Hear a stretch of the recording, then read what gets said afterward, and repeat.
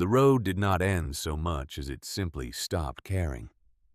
One moment there was cracked asphalt, faded yellow paint, the familiar rhythm of a highway moving through the high plains of Idaho. Then the pavement gave way to gravel. Then the gravel gave way to dirt. And then there was nothing but a narrow trail cutting through dry grass and sage winding toward a tree line that stood dark and still against the November sky. Eleanor Marsh stood at the edge of that trail and did not move. She held a cardboard box against her chest. It was not a large box. It was the kind that once held copy paper, the kind offices threw away by the dozen. But inside it was everything she had decided mattered. 2 wool sweaters, 1 gray and 1 the color of old pine needles. A photograph in a thin silver frame, herself and Warren on their wedding day, both of them squinting into the sun and smiling so hard their faces looked like they might split open from happiness. Warren's pocket watch, the one with the cracked crystal, and the hands that had stopped moving sometime in the winter of 2019. Though she kept it because the weight of it in her palm felt like holding his hand. A coffee mug with a chipped blue rim that she had owned since before Garrett was born. And a small quilt folded into a neat square that she had sewn herself in the winter of 1987, when she was pregnant and could not sleep and needed something to do with her hands. That was it. 63 years of living, and this was what fit inside a box meant for office paper. Beside her feet, a dog named Copper sat in the dirt and looked up at her.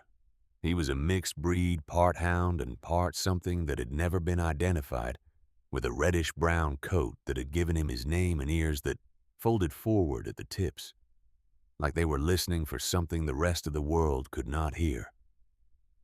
He was 7 years old, which was not young for a dog, and he moved sometimes with the careful deliberateness of an animal that had learned where his joints ached. But his eyes were still clear and bright, and when he looked at Eleanor Marsh, there was something in those eyes that resembled understanding.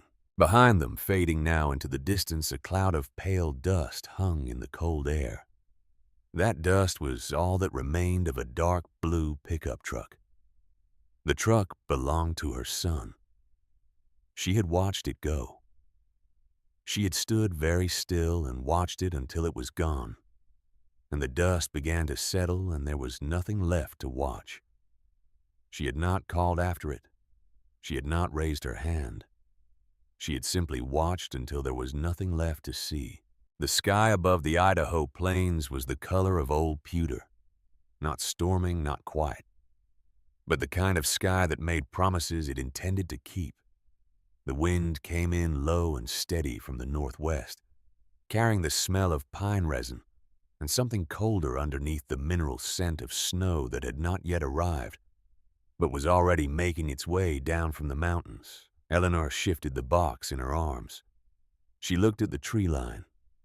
She looked at Copper. "Well," she said quietly, "I suppose we walk." She had grown up in this part of the country, born in a small town 40 miles east, raised in a house where the winters were long and the work never stopped. And you did not complain about either, because complaining changed nothing, and the work still needed doing. Her father had been a rancher. Her mother had worked as a telephone operator, and then, when that work disappeared, as a seamstress. Eleanor had learned early that life in this part of America was not about comfort. It was about endurance. It was about knowing how to do the next necessary thing. She had been a nurse for 31 years, rural health care, which meant she had driven through blizzards to reach patients who could not reach her. She had stitched wounds at kitchen tables when there was no time to reach a hospital. She had held the hands of men who were dying and the hands of women giving birth, and sometimes both in the same week. She had done this work not because it was glamorous, because it was not, but because it was needed. And she was capable, and those two facts together had always seemed like reason enough. She had married Warren Marsh when she was 28 years old. On a June afternoon when the sun was so bright the wedding photographs all had a white haze across one corner. Warren had been a man of tremendous quiet competence. He fixed things. He built things. He understood the land in that particular way that some people do not as a romantic relationship, but as a practical one, as a conversation between what the land needed and what a person could provide. He had loved Eleanor with a steadiness that she had sometimes taken for granted when he was alive, and now missed with a physical weight that pressed on her chest in the mornings when she first woke and reached for a warmth that was not there. Warren had been gone for 4 years. A heart attack sudden in the kitchen of their house on a Tuesday morning in March. He had been making coffee. She had been in the garden. By the time she came inside, there was nothing to be done. After that, the house became a different kind of place. It was still their house, still full of his things and her things, and the accumulations of a life built together. But the silence in it had changed in quality. It was no longer a comfortable silence. It was the silence of something missing. Garrett had suggested she move in with him and Noelle after about a year. Eleanor had resisted. She had her routines, her independence, her pride. She was not old, she had told him. She was 62 years old and she was fine. She had said this with conviction. She had meant it. But then the forgetting had started. It was small at first, the kind of thing anyone might dismiss. She forgot where she had put her keys. She forgot whether she had taken her medication. She forgot that she had already turned the stove off and turned it back on again and then off again, standing in the kitchen, with a sense of unease she could not quite name. She forgot the name of her neighbor's wife, a woman she had known for 15 years. She stood in the cereal aisle of the grocery store for 11 minutes, trying to remember why she had come to the grocery store. These were not dramatic failures. They were quiet ones, the kind that crept in at the edges and made you doubt the reliability of your own mind in ways that were hard to explain to people who had not experienced them. The morning she called Garrett by Warren's name was the morning she agreed to move. She had not wanted to. She wanted to be clear about that even now, even standing on this dirt road with a cardboard box in her arms and a dog at her feet, and the November wind finding every gap in her clothing. She had not wanted to give up her house, her routines, her privacy, the particular shape of a life she had built for herself over 6 decades. But she had also stood in front of her bathroom mirror that morning and looked at her own face and said very calmly, "You need to be honest with yourself." And she had been. Crestwood was a town of about 4,000 people. The kind of town that had a main street and a grain elevator and a diner that served the same 3 breakfast specials it had served since 1974. Garrett worked in agricultural equipment sales, which was not what Eleanor had imagined for him when he was young, and building things out of scrap lumber in the backyard. But it was steady work and it suited his personality, which was organized and practical. And sometimes she thought a little too careful. He had his father's hands, but not his father's patience for sitting still. Noelle was 36 years old and had grown up in Boise, which meant she had grown up in a city or something close enough to one, and there were moments in the farmhouse kitchen when Eleanor could see Noelle calculating the distance between the life she was living and the life she had perhaps imagined for herself. She was not unkind. Eleanor wanted to be fair about that. Noelle was not a cruel woman. She was efficient and organized, and she ran the household with the focused energy of someone who believed that problems, if managed correctly, could be prevented from becoming problems. Eleanor understood this. Eleanor had been this woman once. What Eleanor had not understood, not fully. Not until it was too late to change anything. was that she herself had become a problem that Noelle was trying to manage. The trouble was that problems of a certain kind cannot be managed. They can only be lived with or not. And Eleanor's kind of forgetting the slow and uneven kind, the kind that came and went, so that some days she was perfectly sharp, and other days she moved through the house like a woman walking in shallow water. Was not the kind of problem that fit neatly into a system. She had left the gas burner on once, Judd once. She had been making tea and Copper had barked at something in the yard, and she had gone to look and then forgotten that the stove was waiting. Noelle had smelled it from upstairs and come down and turned it off without saying anything in the moment. But the way she had looked at Eleanor afterward was a thing Eleanor had carried with her for weeks. She had fed Copper something from her plate that he should not have had.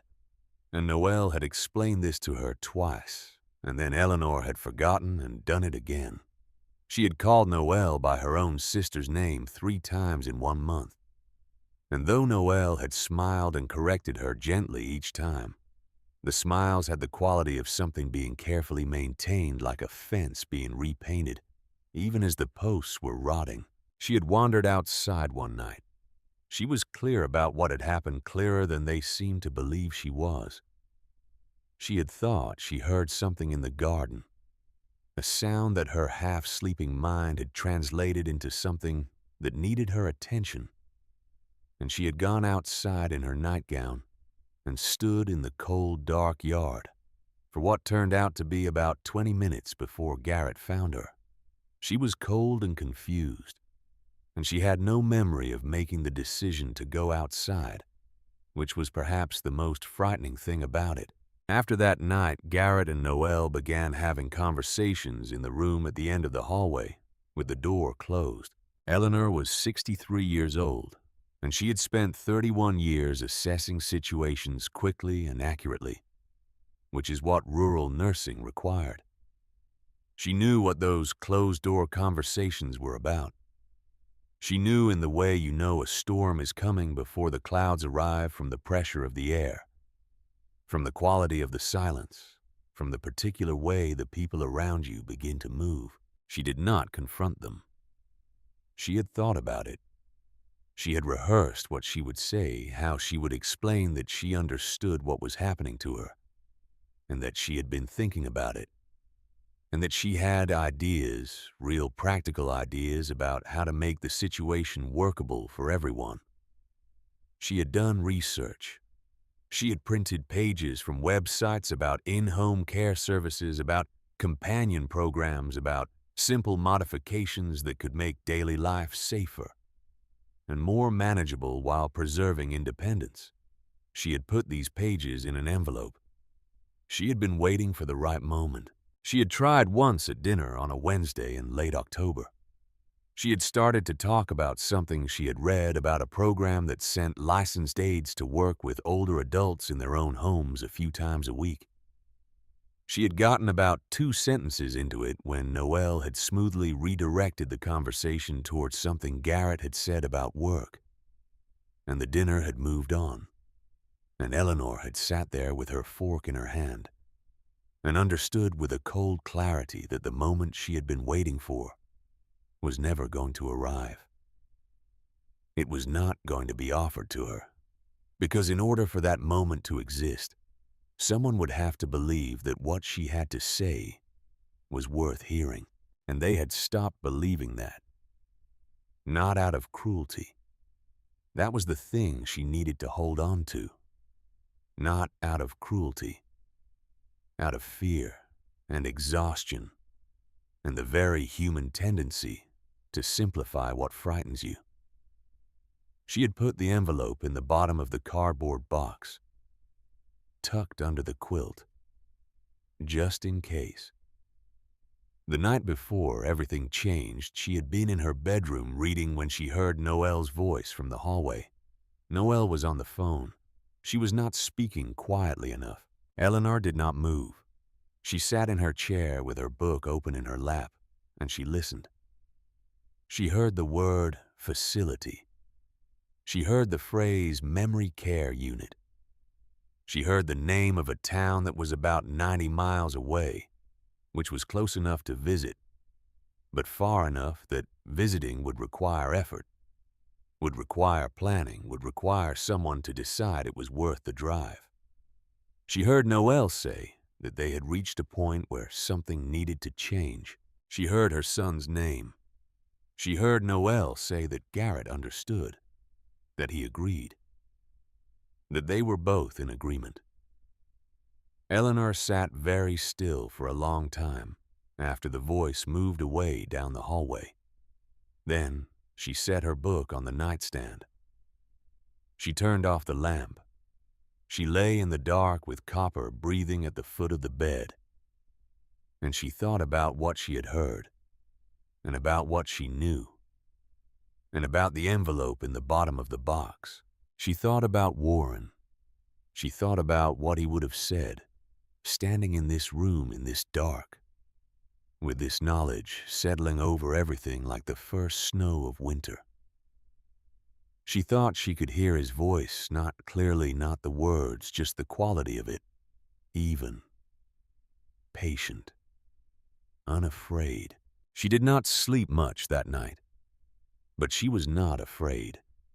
She was sad, which was different, sadder than she had expected to be, which meant she had still been hoping, which meant she had not quite believed it until she heard it said out loud. In the morning, Garrett came and found her in the kitchen. She was drinking coffee. Copper was at her feet. The morning light came in through the window over the sink and made the room look kinder than it was.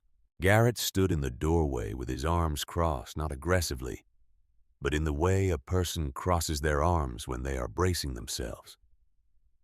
He was a tall man, her son, with Warren's jaw, and her own eyes, and a way of holding himself under stress that she recognized because she had seen it in the mirror for decades.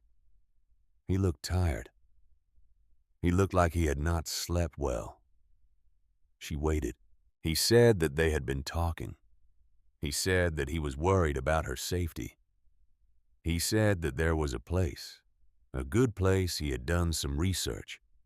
He said that could provide the kind of help that he and Noel were not able to provide. He said this with the careful language of someone who had rehearsed it, which she suspected he had. Eleanor listened. She looked at her coffee cup. She thought about the envelope in the box upstairs. She thought about the Wednesday dinner when she had started to speak and been redirected before she had gotten to the part that mattered. Then she looked up at him and asked one question. She asked whether Copper could come with her. She watched the answer move across his face before he spoke. She watched him look at her and then look away, and then look at the floor. And then, from somewhere behind him, from the direction of the living room, Noel's voice said something quiet and deliberate that Eleanor could not hear distinctly, but did not need to. The silence that followed was its own kind of answer. Eleanor nodded once. She set down her coffee cup. She pushed back her chair and stood up slowly, because her knees had begun to ache in the cold months, and she went upstairs to pack. The box had already been half assembled in her mind. She knew what she was taking. She had known for some time the way you know what you would grab if the house caught fire. The things that could not be replaced were small enough to carry. She came back downstairs with the box in her arms. Copper was already by the front door watching her with his amber eyes, his tail making one slow arc, and then stopping as if he had asked a question and was waiting to see whether she would answer it. She looked around the kitchen, the window over the sink, the row of hooks beside the back door where her coat hung, the old waxed canvas coat, brown and worn at the elbows, the one she had owned for 11 years and had no intention of leaving behind. She put it on. She picked up the box. She went to the door. Garrett drove. The drive took about 25 minutes, and neither of them spoke much. He turned off the main highway onto a county road, and then off the county road onto a gravel track, and then off the gravel track onto the dirt trail that led toward the edge of the Ponderosa pine forest that marked the western boundary of what had once been Warren Marsh's family property. He stopped the truck. The engine ticked in the cold. Copper shifted in the back seat. Eleanor looked out through the windshield at the tree line, at the pale November sky above it, at the ruts in the dirt trail, where other tires had pressed the earth down into channels that were now partly frozen. Garrett said he would come back. He said he just needed some time to figure things out. He said this looking at the steering wheel rather than at her, and she noticed this, and she thought that it was the kind of thing a person did when they were not quite able to face what they were doing. She wanted to ask him how long. She wanted to ask him what figuring things out looked like, what it meant in practice, how many days she should expect to wait on the side of this dirt road before he returned. She wanted to ask him whether Noel would be part of the figuring out, or whether figuring out was something he was going to do alone in the truck, on the drive back to a house that would be quiet and organized and correct in all the ways Noel needed it to be. She said none of this. She got out of the truck. She took the box. She called Copper, who jumped down from the back seat and landed in the dirt beside her, and pressed his flank against her leg, as if anchoring her. She did not watch the truck turn around. She heard the engine shift, heard the tires on the frozen dirt, heard the sound diminish and then become nothing. She stood facing the tree line and felt the cold pressing against her face, and thought with a strange and unhurried clarity, now what? She started walking. The trail was narrow and the light was thin, and the cold moved through her coat in ways that would have been more alarming if she had been paying closer attention to it. Copper walked at her left side occasionally, ranging a few feet ahead, and then circling back, performing the ancient duty of a dog accompanying a person who needs accompanying. She had been walking for about 10 minutes when she felt it. Not saw it. Felt it. The particular quality of the ground underfoot, the angle of the slope, the way the trail curved around a granite outcropping, she recognized. The smell of pine and sage, and the thin, cold creek somewhere below them to the north. She stopped. She knew this place, not from some vague association, not from the foggy half-recognitions that had become an occasional feature of her days. This was something different. This was precise. This was the kind of memory that lives not in the mind, but in the body, in the feet, in the hands, in the lungs that recognize a particular quality of air. She and Warren had walked this trail, not once, many times, in the years when they were young and had no children yet, and spent summer weekends on the family land because Warren felt something here he could not feel anywhere else. A settledness, a rightness, a sense of belonging to a specific piece of the earth. She had teased him about it, sometimes his attachment to this ground. She had loved him for it. His family had built a cabin here. His grandfather originally, and then his father, had added to it, and then Warren had maintained it through the early years of their marriage, before the land passed to his brother, and the cabin fell into disuse, and they moved on to other things and other years. The brother was gone now. The land had passed through a series of transactions she had never fully tracked. But the cabin should still be here, unless it had fallen down entirely, which after this many years of disuse was possible. She stood on the trail in the cold November light and understood something. Garrett had driven her here. He had driven her to the edge of the land that had been his grandfather's land, his father's land, the land where Eleanor herself had walked on summer mornings 30 years ago. He had not chosen this place randomly. He had chosen it because somewhere under the fear and the exhaustion and the influence of whatever Noel had said to him in those closed-door conversations, he was still his father's son. He had brought her to the one place in the world where his family had always come when they needed something they could not name. He had not stayed, but he had brought her here. She did not know whether to be grateful or angry or simply sad. She decided that she could figure that out later after she was warm. She kept walking. The cabin appeared in a small clearing about a quarter-mile into the trees. It was smaller than she remembered, or perhaps she was remembering it through the distortion of youth when everything felt larger and more solid than it turned out to be. The roof had sagged on the western side. One window was cracked at a diagonal.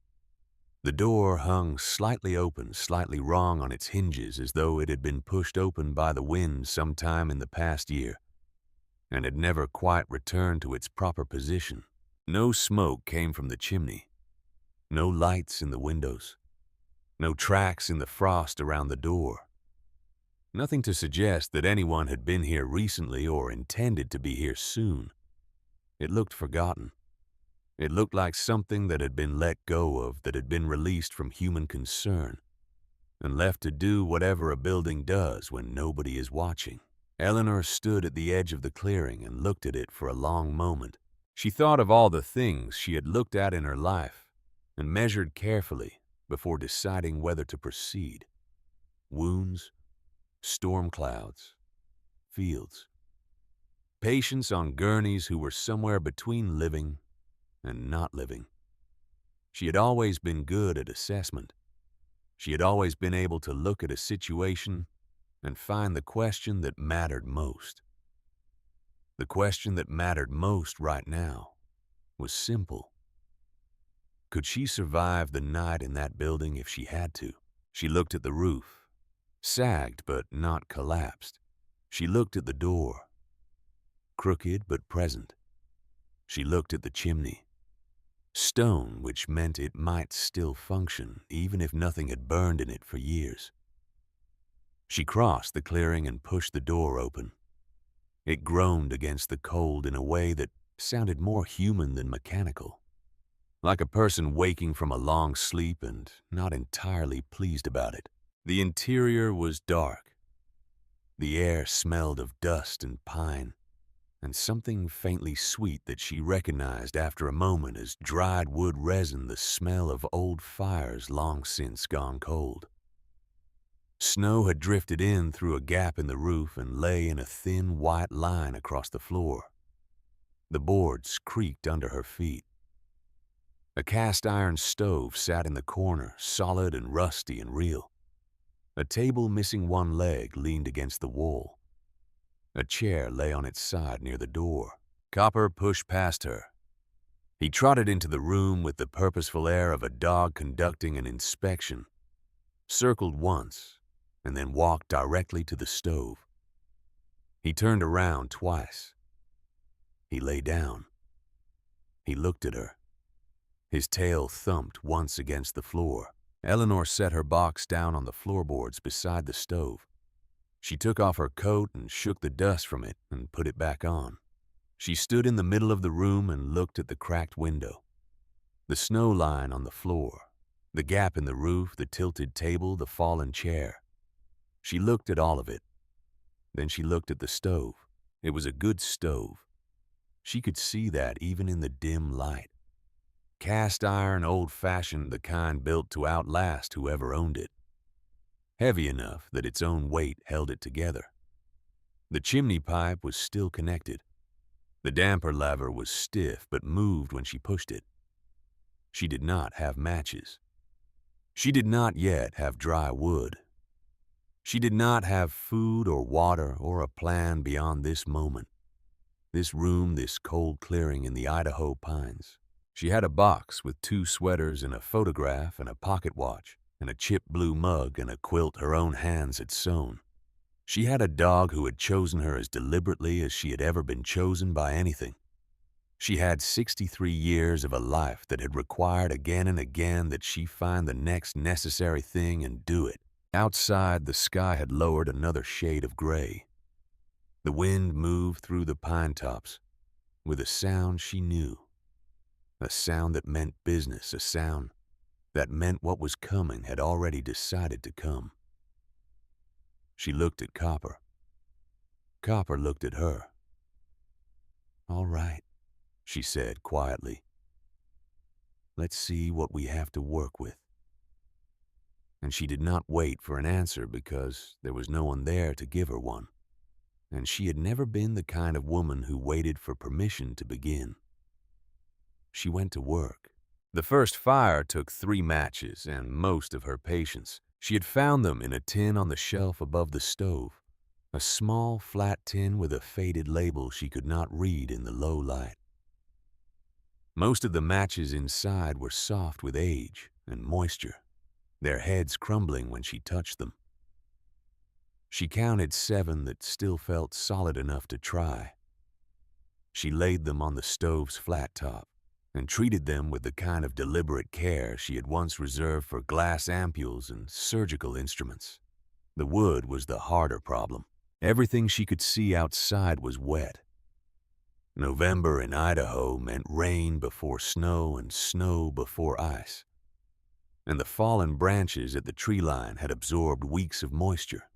She broke several over her knee and found the same thing each time, pale and damp at the center. The kind of wood that would smoke and hiss and refuse to commit to burning. She knew this. She had known it before she started looking, which meant she needed to think differently about where to look. She walked the perimeter of the cabin with her hands in her pockets and her coat collar turned up, and Copper moving through the dead grass beside her. On the north side, where the cabin wall blocked the prevailing wind and the roof overhang extended a little further, she found what she was looking for. A scatter of old wood pieces of what had once been a fence or a storage structure leaning against the cabin wall in a loose pile. They had been sheltered. Not perfectly, but enough. She snapped one. The sound was not the clean crack of truly dry wood, but it was not the soft collapse of saturated wood either.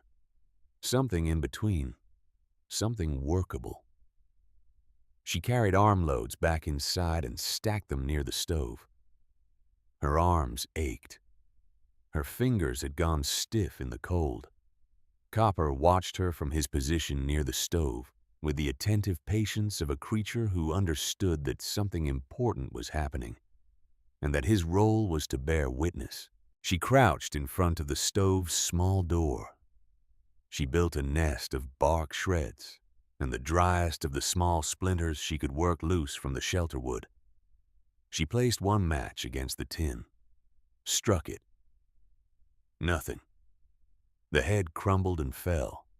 She steadied herself, placed the second match, struck it. A spark, brief and optimistic, and then gone. She waited. She exhaled. She told herself what she had told patients in difficult moments, which was that the only thing you could control was what you did next. Third match. The flame caught the bark with a small tentative enthusiasm, like something waking up that was not sure it wanted to be awake. She fed it a sliver of wood the size of her finger. Then another. The fire pulled back, considered, and then leaned into the wood as if making a decision. She built it slowly, piece by piece, the way you do when you understand that rushing a fire never makes it burn faster, and frequently makes it go out. When the stove finally held a steady flame, she closed the small door and sat back on the cold floor and put her face in her hands. Not crying, just resting her eyes against her palms for a moment and allowing herself to feel the particular relief of a crisis temporarily held at bay. Copper pressed his nose against her knee. She looked at him. There was frost on his muzzle.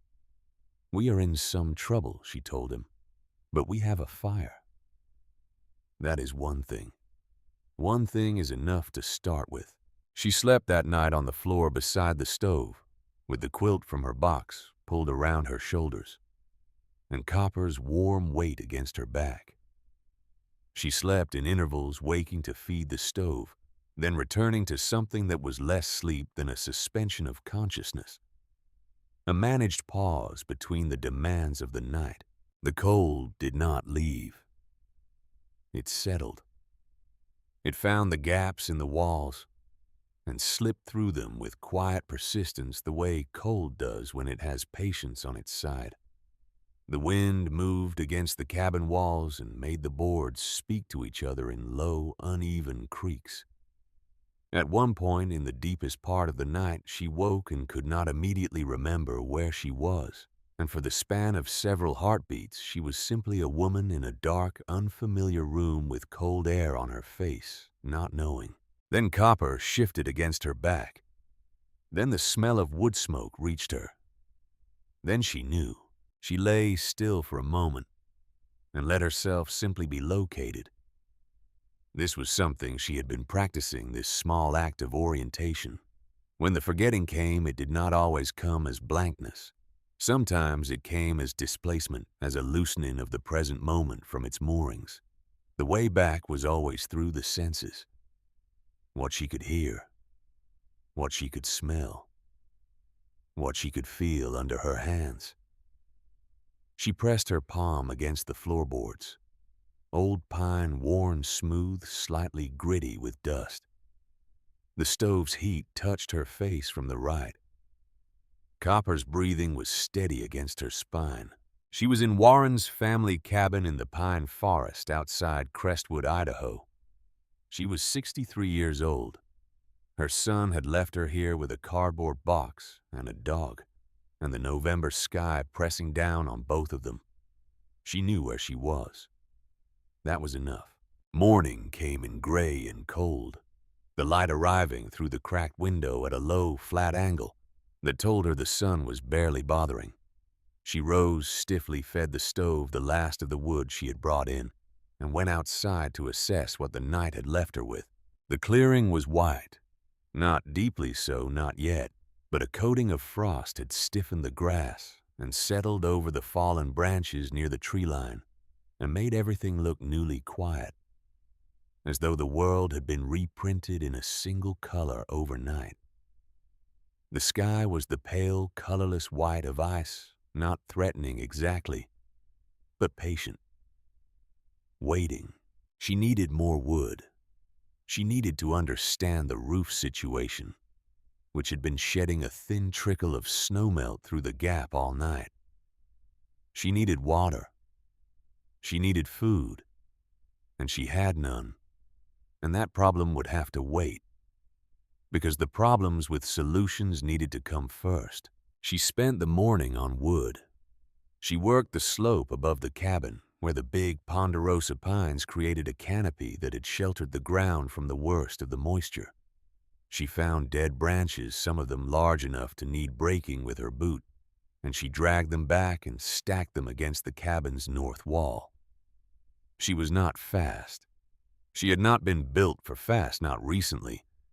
But she was methodical, and methodical over time accumulates. Her hands stopped hurting after the first hour. That was not reassurance. That was what happened when cold moved from discomfort into something more serious.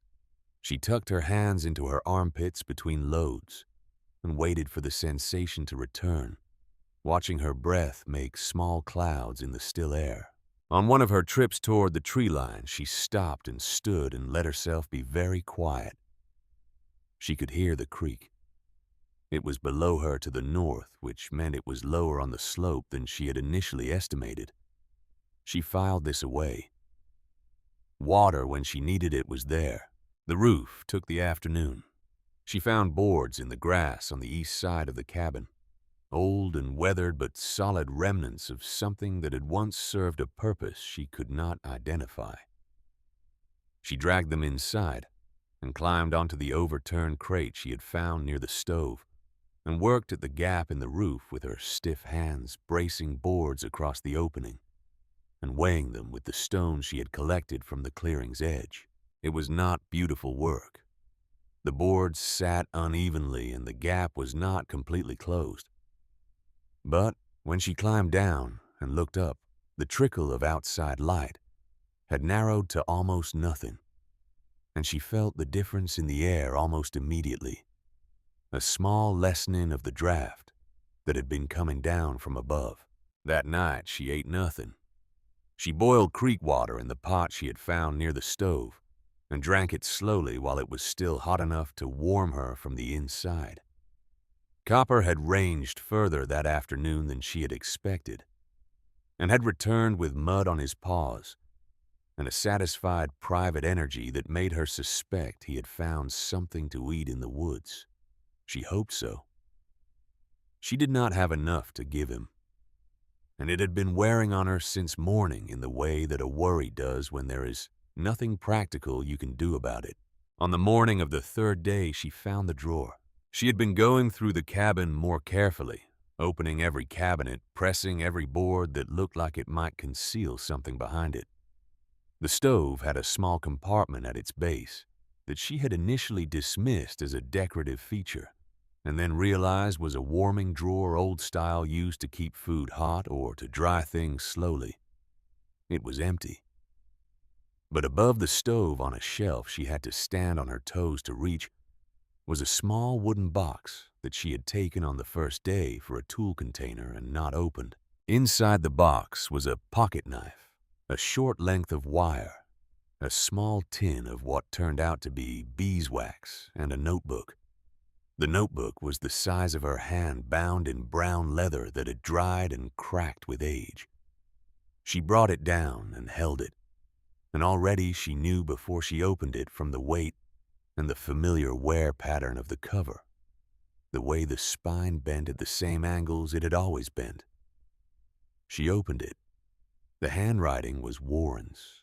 She sat down on the floor with the notebook in her lap and sat there for what felt like a long time just looking at the writing. It was his, unambiguously his, the particular combination of neat printing and cursive that he had used his whole life, the way his lowercase letters leaned slightly forward, as though always in mild hurry. She had not seen his handwriting in 4 years. She had not understood until this moment how much she had missed it. The notebook was a record of the cabin. Not a diary, not personal in that sense. It was a maintenance record, a reference document, a set of notes to himself about how this place worked and what it needed. There were entries about the stove, about which damper position produced the cleanest burn, about where the draft came from in winter and how to counter it. There were notes about the creek, which direction it ran in drought years and which crossing was safest in spring. There were observations about where the deer came through the clearing and at what hour, and notes about which direction the wind came from when serious weather was building, and a small diagram of the north wall showing which boards were load-bearing and which were not. She did not remember him writing any of this down. She remembered the evenings they had spent here, remembered the particular quality of the quiet, remembered the smell of the fire, and the sound of the creek, and the way Warren moved through this cabin, as though it were a language he had grown up speaking. She had not known he was also writing it down. She turned the pages slowly. Her eyes blurred and she had to stop and press her wrist against them and wait.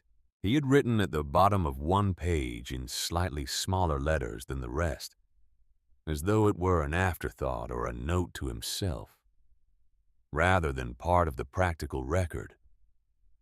The rule is to dry it before you need it, not while you need it.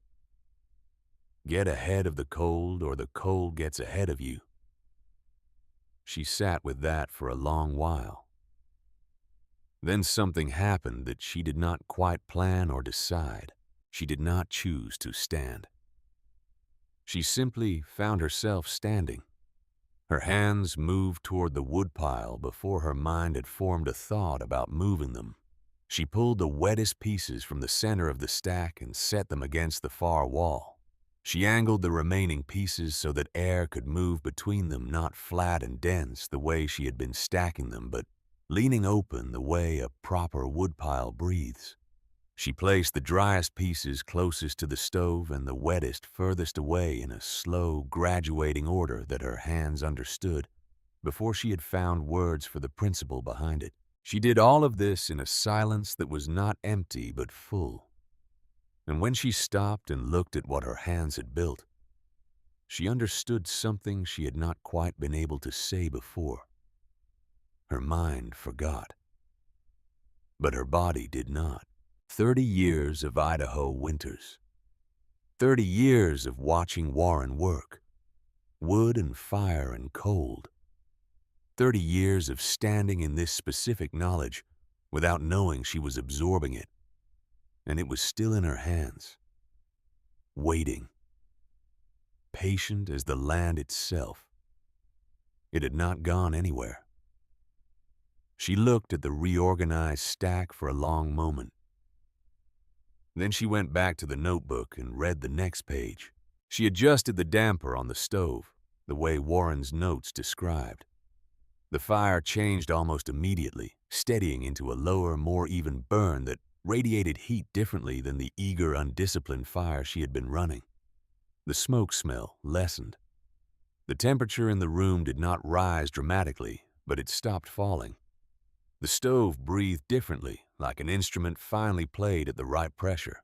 She stood back and listened to it, and felt something move through her that was not quite triumph, but was in the same family. Not hope. The recognition of a mechanism. The sense of a system beginning to work as systems are meant to work. Warren was teaching her still, just through different materials. She found the creek that afternoon and broke the thin ice at its edge with her boot and filled the pot. She boiled it for longer than was strictly necessary because she had seen what waterborne illness did to people, and she was not going to treat this casually. The water tasted of iron and cold rock and very little else. Near the creek, she found something else. A length of wire twisted around a stake driven into the ground. The remnant of some kind of snare or boundary marker, old and half buried in the leaves. She worked it free and brought it back. That evening, she sat with Warren's notebook again and read the stove section twice, slowly following the instructions he had written about managing the burn rate about the sound. A properly burning stove made versus one that was losing efficiency. She read it the way she had once read pharmacology references for the practical information for the thing she needed to know in order to do the next necessary thing correctly. She pulled the quilt around her shoulders and scratched behind Copper's ears and listened to the fire and to the wind in the trees and thought about Warren building this record over the years, writing it down so that it would not be lost. She thought about knowledge and what it meant to leave it for someone who might need it later. She thought about whether he had known somehow that she would be the one to need it. This was the kind of thinking that came in cold, quiet rooms with no one to talk to. And she knew it was not practical. And she also knew that it did not matter whether it was practical, because it was true. And sometimes the true thing and the practical thing were not the same thing. And that was all right. She woke on the 5th day to Copper standing at the door with his tail rigid and his nose working at the crack between the door and the frame. She lay still for a moment and listened. Wind, the creak of the pines. And then something else. A crack, sharp and closed the sound of a branch broken underfoot. She rose quietly. She picked up the length of wood she had started keeping beside her. Not as a weapon exactly, but as the kind of object a person holds when they are uncertain about what is approaching. The door swung open on its crooked hinges before she reached it. A man stood in the doorway.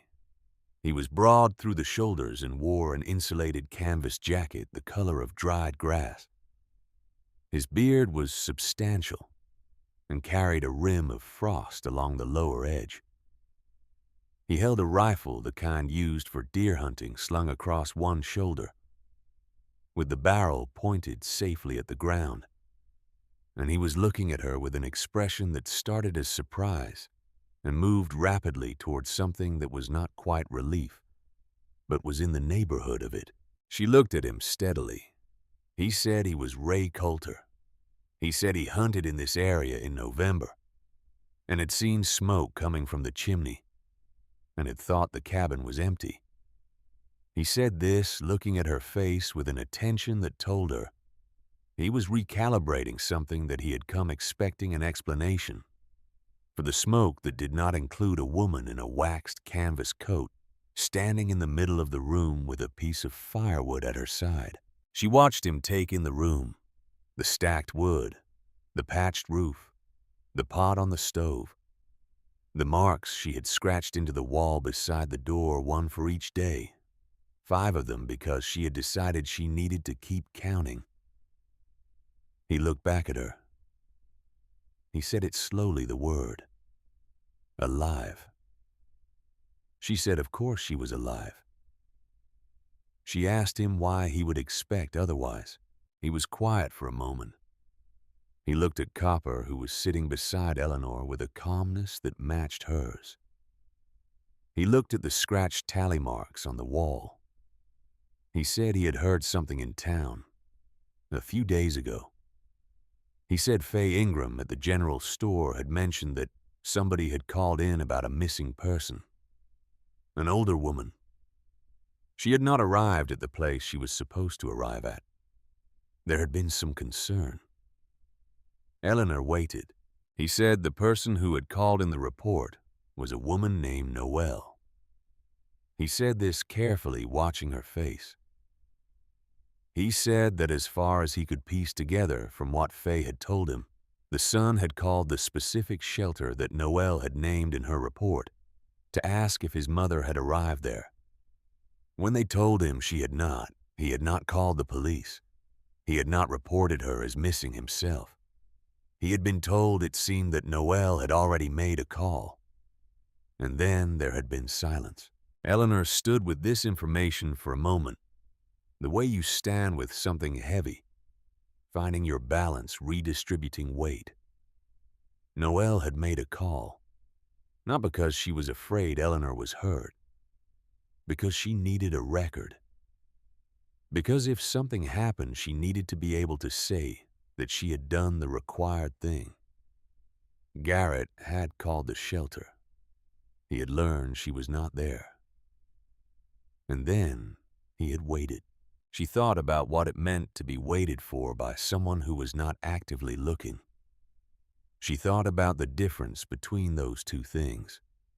She thought about 5 scratch marks on a pine wall, and a man who had driven her to the edge of his grandfather's land and told her he would come back. She said to Ray Coulter that she would prefer he not tell them where she was. Not yet. He looked at her with the directness of a man who spent a great deal of time in the woods and had therefore developed the habit of seeing things plainly. He said he understood.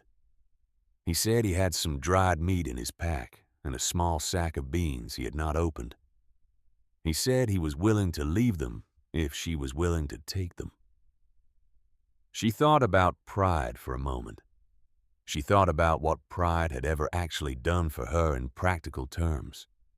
She said she was willing to take them. He set the food inside the door. He looked around the room once more. He told her that the weather was going to turn serious in the next few days, that a system was coming down from the north, that the forecasters were calling significant, which in his experience meant that you needed to be ready for something considerably worse than significant. Then he left. She spent the next 2 days preparing for what was coming. She worked with an urgency she had not felt since the early days, but it was a different kind of urgency, ordered rather than frantic, because she had learned something in the days since she had arrived, which was that the cabin rewarded attention and punished panic. She widened and reorganized the wood stack further, working now, with real understanding from Warren's notes, getting as much of the fuel as possible into a state where it would burn cleanly when she needed it. She stuffed the worst of the wall gaps with dried grass and pine needles and pieces of cloth.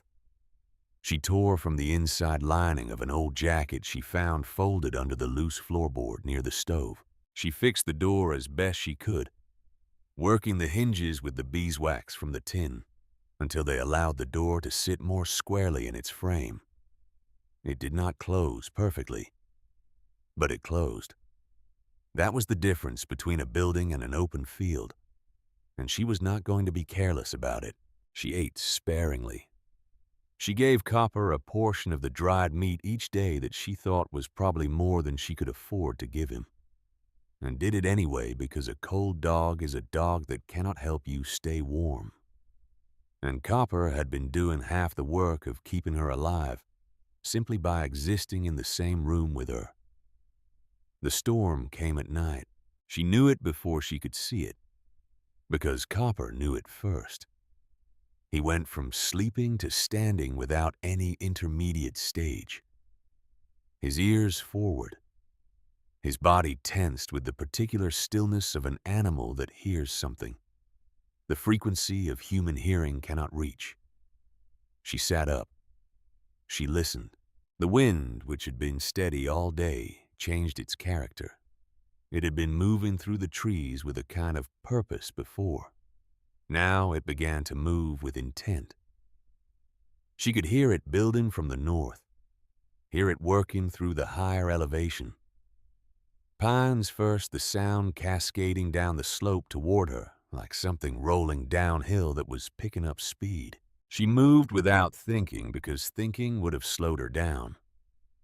She loaded the stove. She checked the roof patch. She pushed the table against the door and wedged it with the chair.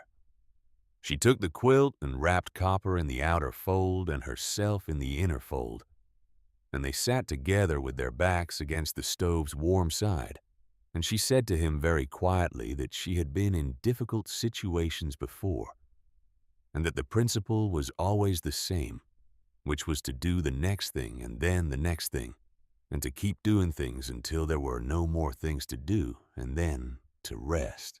The storm hit with a sound she felt before she heard a drop in air pressure that made her ears ache, followed immediately by a gust that struck the cabin walls so hard that the boards flexed, and a fine shower of dust and debris came down from the ceiling. The fire lurched inside the stove. She heard the wind find the chimney pipe and try it. And for a terrible moment, the fire reversed direction, and smoke poured into the room, and her eyes burned, and Copper pressed against her, with his whole body shaking. She opened the damper further. The fire steadied. She kept her hand on the lever and breathed through her nose, and told herself that a stone chimney had survived many storms in this clearing, and would survive this one too. The roof was the next problem. She heard it before she saw it, a deep moaning in the boards above her that built slowly like a sound, looking for somewhere to go. Then a crack, sharp and loud from the direction of the patch she had built.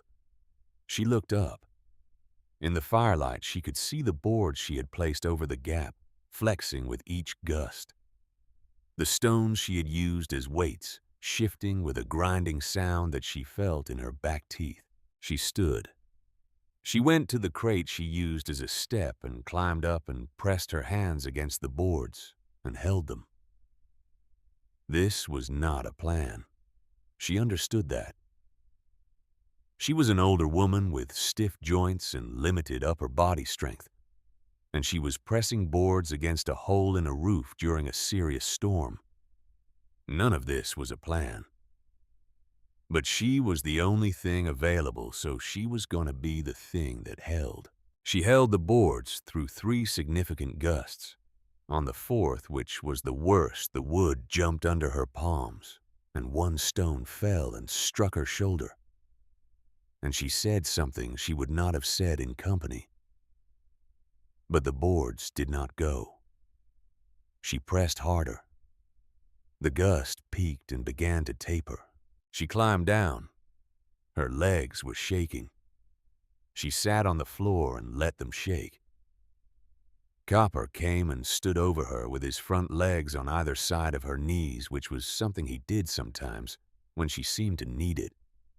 And she put her face against his neck and breathed his warm dog smell.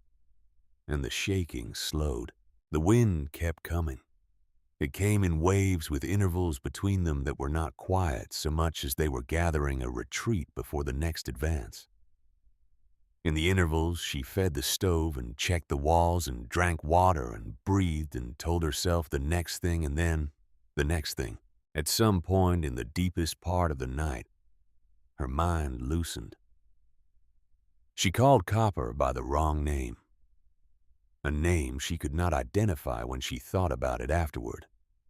And she held a conversation with someone who was not in the room, someone whose voice she could hear clearly but whose words she could not quite make out. And she smelled bread, baking, which was impossible but real in the way that impossible things sometimes are, when the mind is working beyond its comfortable range. Then the wind hit something outside with a sound, like a gunshot. A tree branch coming down on the roof, she thought, and the shock of it brought her back completely. She was on the floor of the cabin.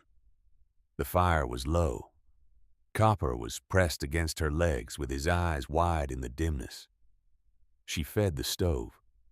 She came back. Later, much later, after the wind had moved through and the silence that followed felt earned rather than simply present. She lay with her eyes open and her hand resting on Copper's flank, and she thought about what had just happened.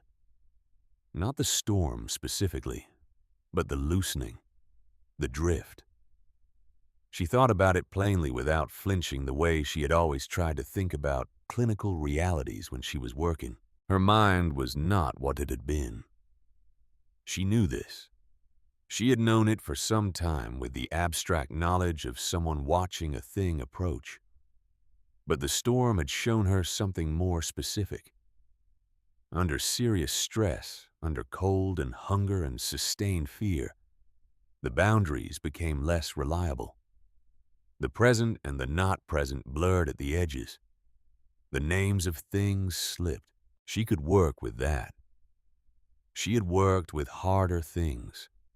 The question was not whether it would happen, but what she would do when it did. Keep counting, she thought. Keep the marks on the wall. Keep the stove. Keep the dog. Keep the next necessary thing. She was not done. She was changed and diminished in some ways. And she was not done. Morning came pale and tentative through the cracked window. The storm had left a foot of snow in the clearing. The trees stood heavy and white and still. The sky had the wash-clean quality of an aftermath, colorless and cold and entirely honest. Copper went to the door and she let him out and watched him bound into the snow with an energy that made her briefly envious and then mostly grateful. Because joy in a creature you love is never entirely separate from your own joy, even when you cannot access it directly. She stood in the doorway and looked at the clearing. The storm had tried. The cabin was still standing. The fire was still burning. She was still counting. She went inside and added the 6th mark to the wall beside the door. Then she put water on the stove to boil and sat down with Warren's notebook and read the next page, and then the page after that. And she was still reading when the water began to steam, and the morning light moved through the cracked window and landed on the wall, and showed her in its plain winter way that she had made it through another night. She scratched the 7th mark into the pine. Then she got up and went to work. Ray came back 3 days after the storm. He came with flour and salt, and a slab of cured pork wrapped in brown paper. And he set these things on the table without ceremony, and looked around the room with the evaluating eye of a man who had spent enough time in difficult country to know the difference between someone managing and someone merely surviving. He seemed to find what he was looking for, though he did not say exactly what that was. Eleanor made what passed for coffee. Hot water poured over the grounds. She found in a sealed tin at the back of the shelf. The coffee old and weak but hot, and they sat on either side of the stove in the two chairs she had repaired with wire from the kid in Warren's box. And they talked the way people talk when they have both been through weather and understand that certain things do not need to be explained. Ray said the storm had taken down a section of fencing on the Alderman property 3 miles east. Said the road into town had been closed for a day and a half. Said his own barn roof had needed attention the morning after. Eleanor listened and drank her coffee and thought about how ordinary catastrophe sounded when described by someone who had passed through it rather than been crushed by it. She told him about the roof patch, about the boards flexing in the gusts and the stones she had used as weights, and the moment when she had climbed up and pressed her hands against the wood and simply held on. She said this without drama, the way she had always reported clinical events, because the drama was in the thing itself and did not need additional decoration. Ray looked at the patch. He looked at the marks on the wall beside the door. 12 of them now, scratched into the pine at roughly the height of her shoulder. He asked how she was doing for wood. She told him she was managing, that she had worked out a system wet wood further from the stove to dry wood, closer to burn cycling through, so that she was always ahead of what she needed by at least a day. She did not mention that the system came from Warren's notebook. That felt private in a way she was not ready to share. Ray nodded. He said it was a good system. She asked him what was being said in town. He was quiet for a moment. He turned his coffee cup in his hands. He was the kind of man she had already understood who thought. Before he spoke, which was a quality she had always respected and grown less patient with as she aged. But in this case, she found she did not mind the pause. He said that Faye Ingram had told a few people, that a few people had told a few more, that the version of the story moving through Crestwood was as stories tended to be somewhat different from the actual facts, but that the general shape of it was accurate enough. A woman had been left. She had found the old marsh cabin. She had stayed through the storm. Eleanor looked at the fire. Ray said there were people who wanted to help. He said Faye had asked whether she could come out herself. He said there were offers of food, of supplies, of labor if the cabin needed more substantial repairs. Eleanor thought about what it meant to receive help. She had spent most of her adult life on the giving end of that transaction and had never been entirely comfortable with the reversal. But she also thought about the flour and the salt and the cured pork on the table, and she thought about the 12 marks on the wall and the storm and the boards flexing under her hands in the dark, and she thought that there was a difference between needing help and being unable to function without it, and that only one of those things was a problem. She said that Faye could come. She said she still was not ready for Garrett to know. Not yet. She had something she needed to finish first. Ray looked at her steadily. He said he would not push. He said she should know that eventually it would not be his information to manage that word in a town of 4,000 moved on its own schedule and did not always wait for permission. She said she understood. He left her with the food and a promise to return in 2 days, and she stood in the doorway and watched him walk back across the snow-covered clearing toward the tree line, and thought about the strange economies of trust, how you extended it to people you had known for a week sometimes, and withheld it from people you had known for decades. Faye Ingram came the following afternoon. She was younger than Eleanor had expected, 20-something. with a practical winter coat and boots that were serious about the snow and a face that carried an expression Eleanor recognized from her years of nursing the expression of someone who has decided to be present for something difficult and is therefore both nervous and resolved. She stood at the edge of the clearing and called out before approaching, which Eleanor appreciated. Eleanor waved her forward. Faye had brought bread wrapped in cloth and a jar of preserved peaches and a folded wool blanket that was thick and clean and smelled of cedar. She handed these things over with a directness that held no condescension. The way you give practical things to practical people without softening the gesture into something about your own generosity, Eleanor thanked her. She meant it. They sat inside for a while. Faye looked around the cabin with an attention that was curious rather than pitying. She asked about the marks on the wall. Eleanor told her what they were. Faye was quiet for a moment, and then said that she thought that was one of the most sensible things she had ever heard of keeping count. So you know you are still counting. Eleanor looked at her. She decided she liked this woman. Faye said carefully that Garrett had come into the store, that he had not said much, that he was not a man who said much in general, but that he had the look of someone carrying something that had gotten heavier than he expected. She said she had not told him anything specific, but she said it was becoming difficult in a town that small to maintain a clean line between what people knew and what people were willing to say out loud. Eleanor thanked her for that too. After Faye left, Eleanor sat for a long time with the wool blanket across her knees and Warren's notebook open in her lap. She was not reading it. She was looking at the handwriting. She thought about what she needed to say when Garrett came. She had been thinking about it in pieces for days, the way you think about something you are not yet ready to assemble into a whole. She had the components. She had the facts and the feelings and the things she most needed him to understand. She had one more thing she needed to do first. She got up and went to the cardboard box in the corner, the one she had carried from Garrett's house, on the morning of the worst day, the one that held her 2 sweaters and Warren's watch, and the blue-rimmed mug and the quilt.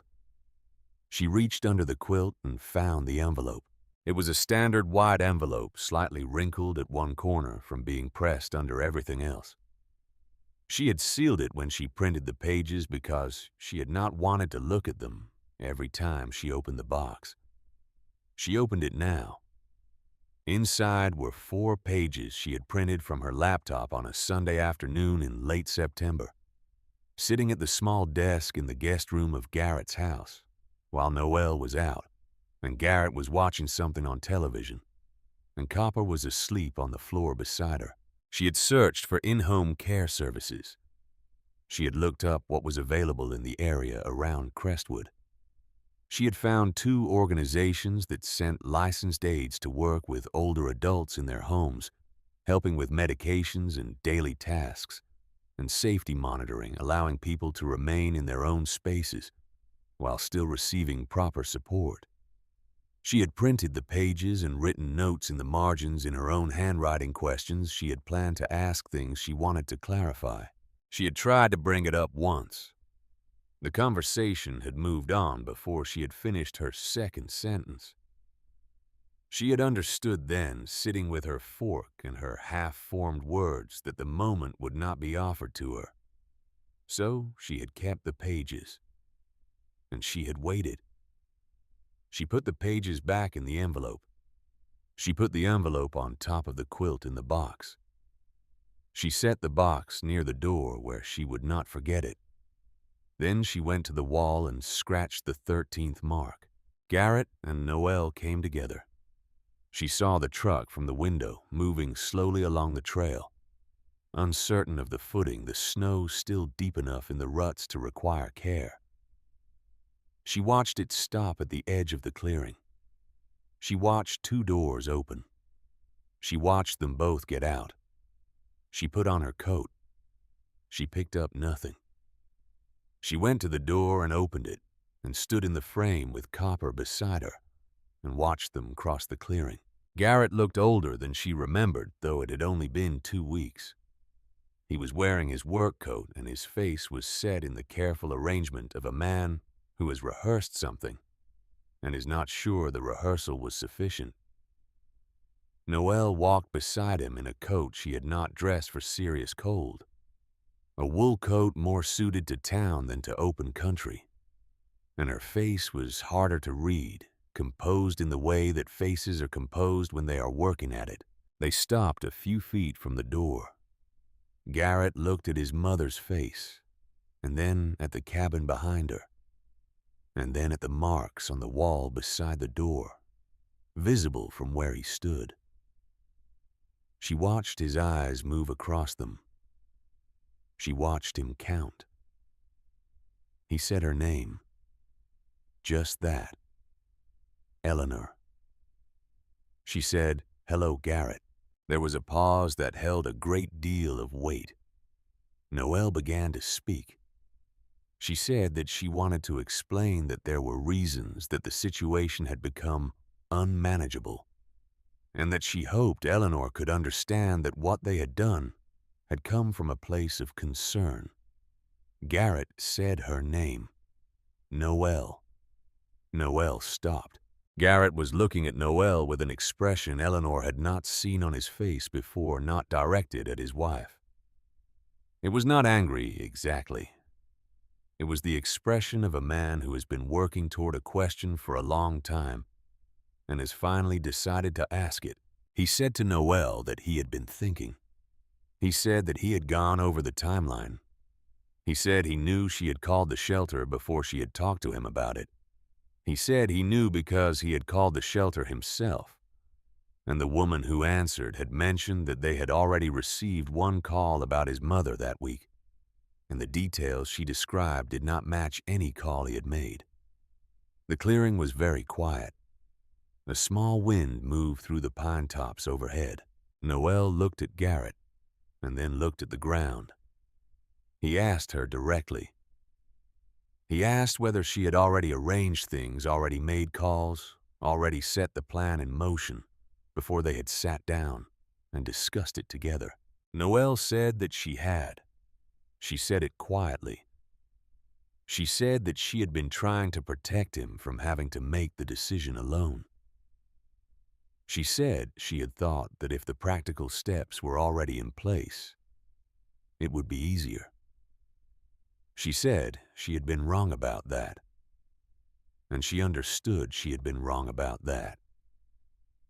Garrett turned away from her. He put one hand flat against the cabin wall and stood like that for a moment with his back to both of them. Eleanor watched her son. She thought about what it cost a person to realize they had been moved towards something, rather than walking toward it themselves. She thought about what that did to the architecture of a decision you had been trying to live with. She stepped back from the door. She said to both of them, "Come inside. It is cold." They came in. The cabin was warmer than the outside air, and the smell of wood smoke and pine was immediate and thick. Noelle looked around with wide eyes that Eleanor did not try to interpret. Garrett stood in the middle of the room and looked at the stove, at the organized wood along the wall, at Warren's notebook open on the chair. He picked up the notebook. He looked at the cover. He turned it over in his hands, and she could see from his face that he recognized it. He said he didn't know it was here. She said she had found it in the drawer above the stove. He stood holding it for a moment and then set it back down carefully. The way you set down things that belong to the dead. He said he had thought she was at the shelter. He said that when he found out she was not there, he had told himself she must have found somewhere else. That she must be somewhere that she could not simply be gone. He said this in the voice of a man explaining a story he had been telling himself, and only now hearing how it sounds from the outside.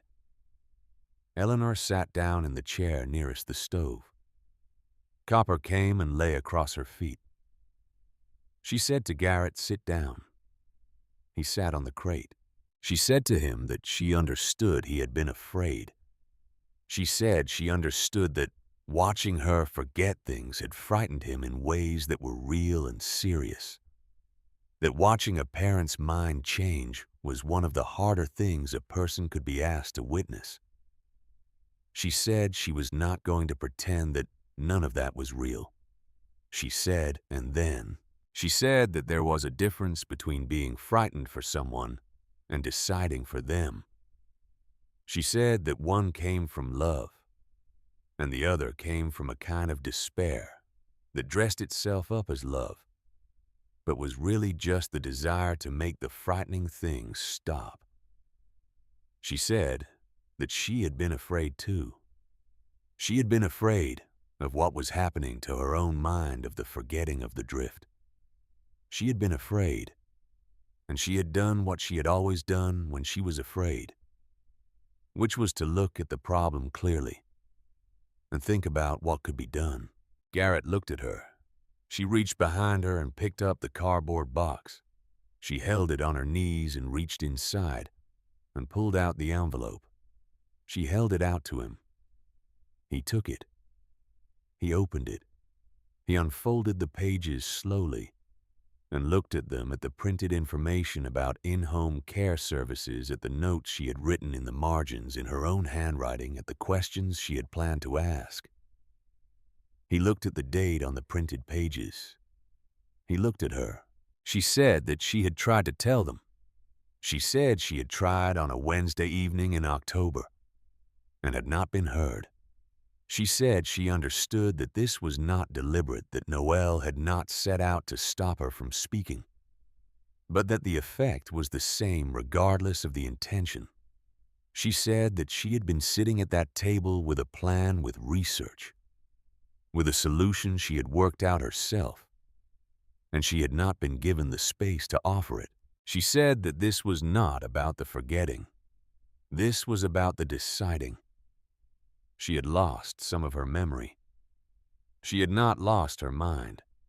She had not lost the right to be part of the conversation about her own life. The room was very quiet. The fire spoke softly in the stove. Copper's breathing was steady and slow across her feet.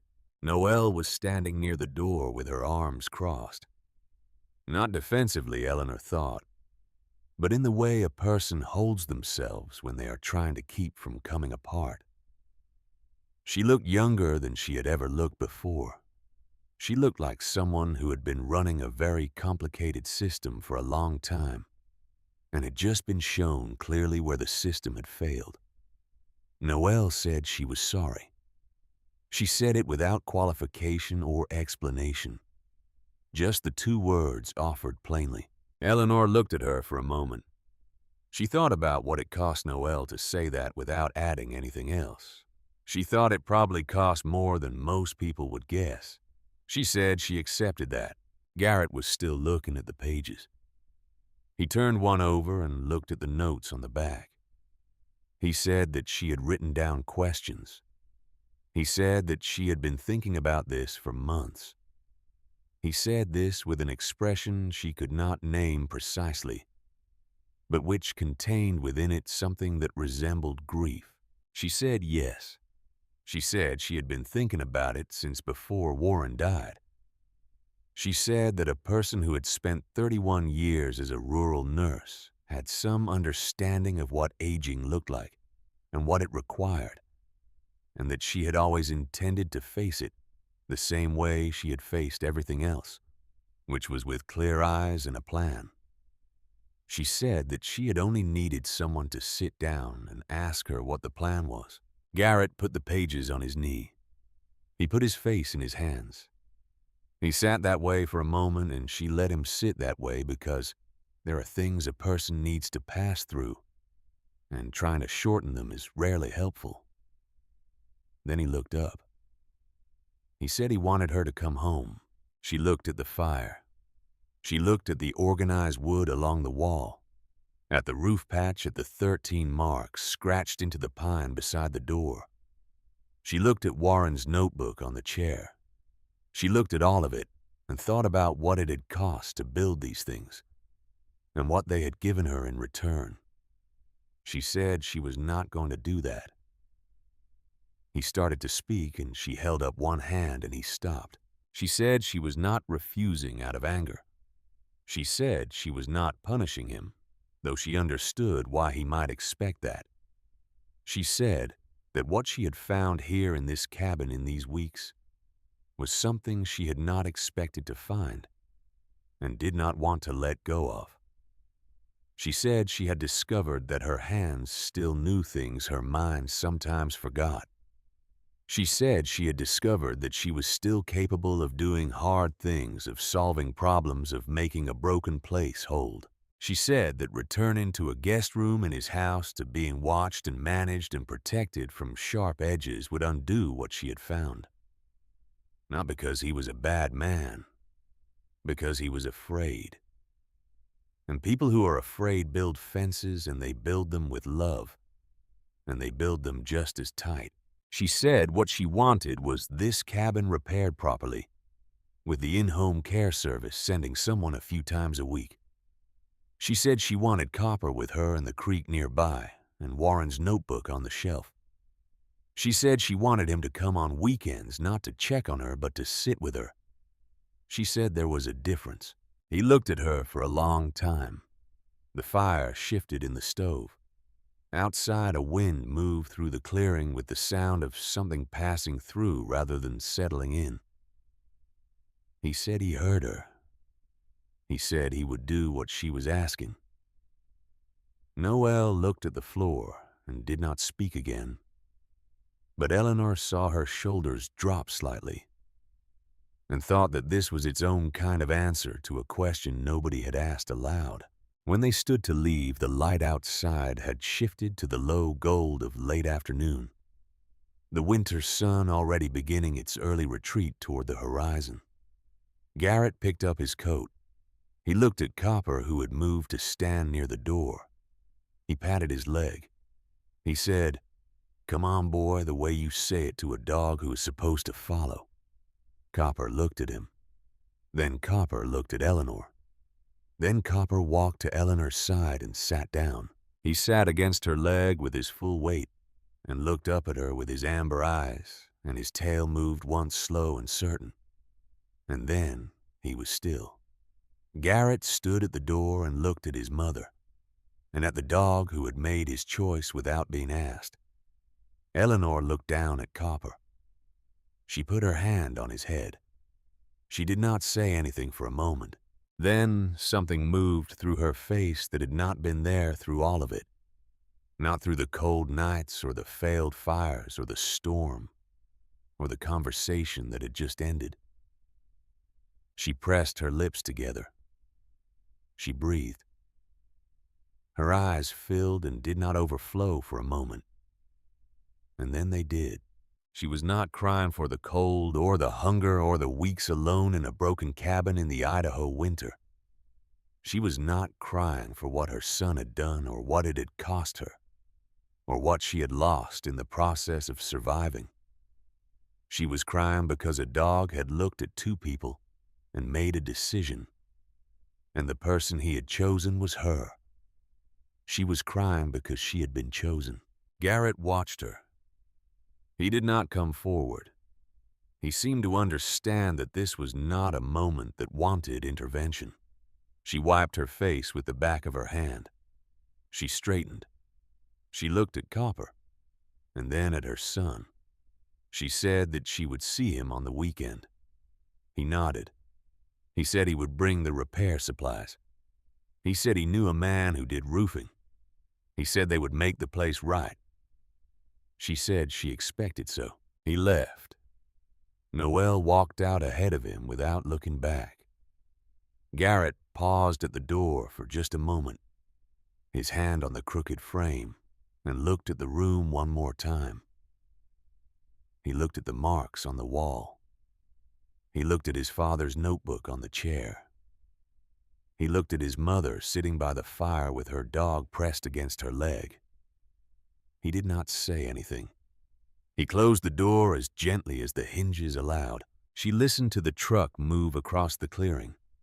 She listened to it find the trail and begin the slow, careful drive back toward the road. She stood at the window for a while after the sound of the truck was gone, not thinking about what had just happened, just standing in it. There are moments in a life that you know even as they are occurring that you will carry forward, not because they were large, but because they were true.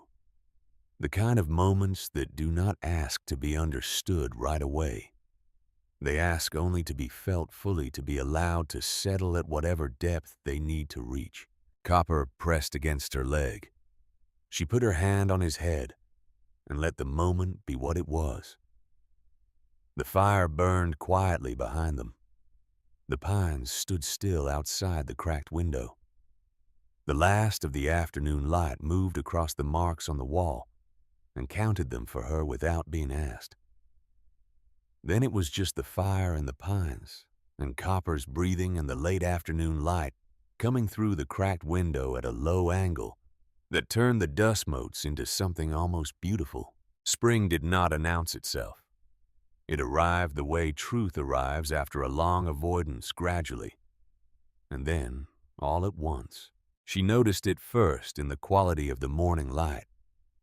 Something in it changed a warmth beneath the cold that had not been there before, as though the sun had remembered what it was for. Then the snow in the clearing began to soften at its edges, losing its sharp crust, settling into itself. Then the creek, which she had been hearing as a low mutter under ice for weeks, began to speak more clearly, the water finding its voice again. Copper knew before she did. He started spending more time at the door, wanting out, ranging further when he went returning with mud on his feet instead of ice. He slept more restlessly. He pointed his nose at things she could not smell and worked his ears at sounds she could not hear. Attuned to a frequency of seasonal change that the human nervous system had long since abandoned, Garrett came on the first weekend of what turned out to be March, though she had lost precise track of the date and had to ask him. He brought 2 men she did not know, and they spent the day on the roof with materials he had organized during the week. She stayed out of their way and worked on the walls, stuffing the remaining gaps more carefully than she had been able to do in winter. Using the proper materials this time, foam sealant and weather stripping and rope caulk things that belonged to this decade, rather than to Warren's era of improvisation. The men who came with Garrett were not chatty. They were working men who had agreed to give up a Saturday for reasons she did not know, and they did the work without ceremony. When they were done, the roof no longer sagged. The chimney pipe was properly secured. The door had been rehung so that it sat square in its frame and opened and closed without resistance. She stood in the doorway after they left and looked at the cabin from the outside. It looked different. It looked claimed. Ray came by the following week. He brought a small bag of vegetable seeds, the kind suited to a short mountain growing season, and a piece of wire mesh he thought she might use to make a small enclosure for the growing bed. She had told him she was planning near the south wall of the cabin where the sun reached longest. She thanked him and then asked what she owed him for all of it. The food in the early days, the information, the visits. He said she did not owe him anything. He said that a woman who had held a roof together with her hands in a serious November storm was owed considerably more than a bag of seeds and some wire in his view. She did not argue with that. Faye came twice in March, once alone and once with a woman named Helen, who coordinated one of the in-home care services Eleanor had researched. Helen was organized and direct and asked good questions and listened to the answers, which were qualities Eleanor had always associated with competence. They worked out an arrangement. Helen would send an aide named Patricia 2 mornings a week to help with medications and to provide what Helen called a wellness check.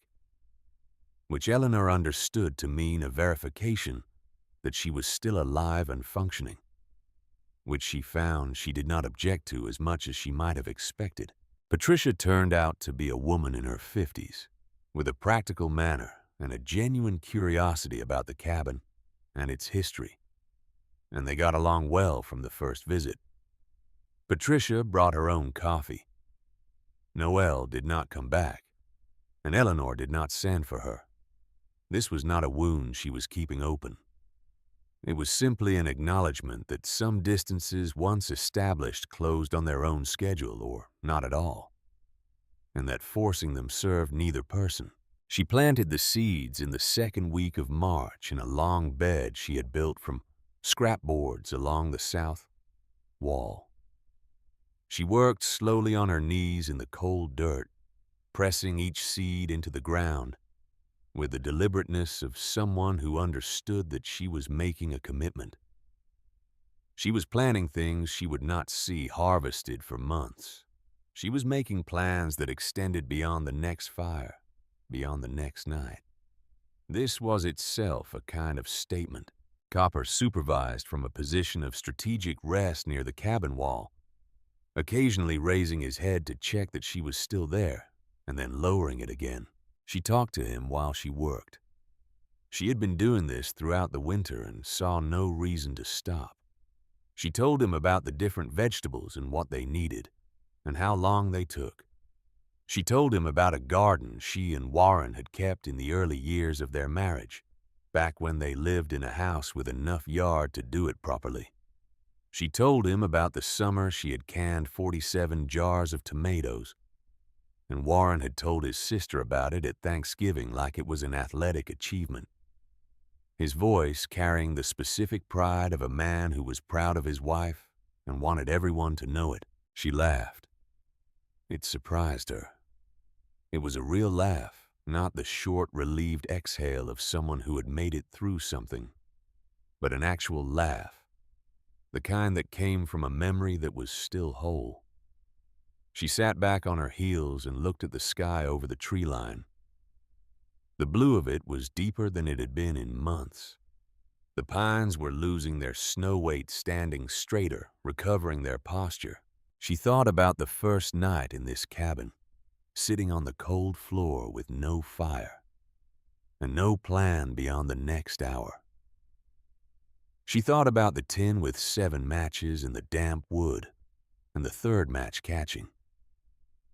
She thought about the roof in the storm, and the boards under her hands, and the long, dark hours when her mind had loosened, and she had talked to people who were not there. She thought about Warren's notebook in the drawer. She thought about the moment her hands had moved to the woodpile before her mind gave the instruction. She thought about what it meant to carry knowledge in the body rather than the mind, and how that kind of knowing does not disappear when the mind begins to wander. It stays. It waits in the muscles and the habits and the old reflexes of a life lived with intention.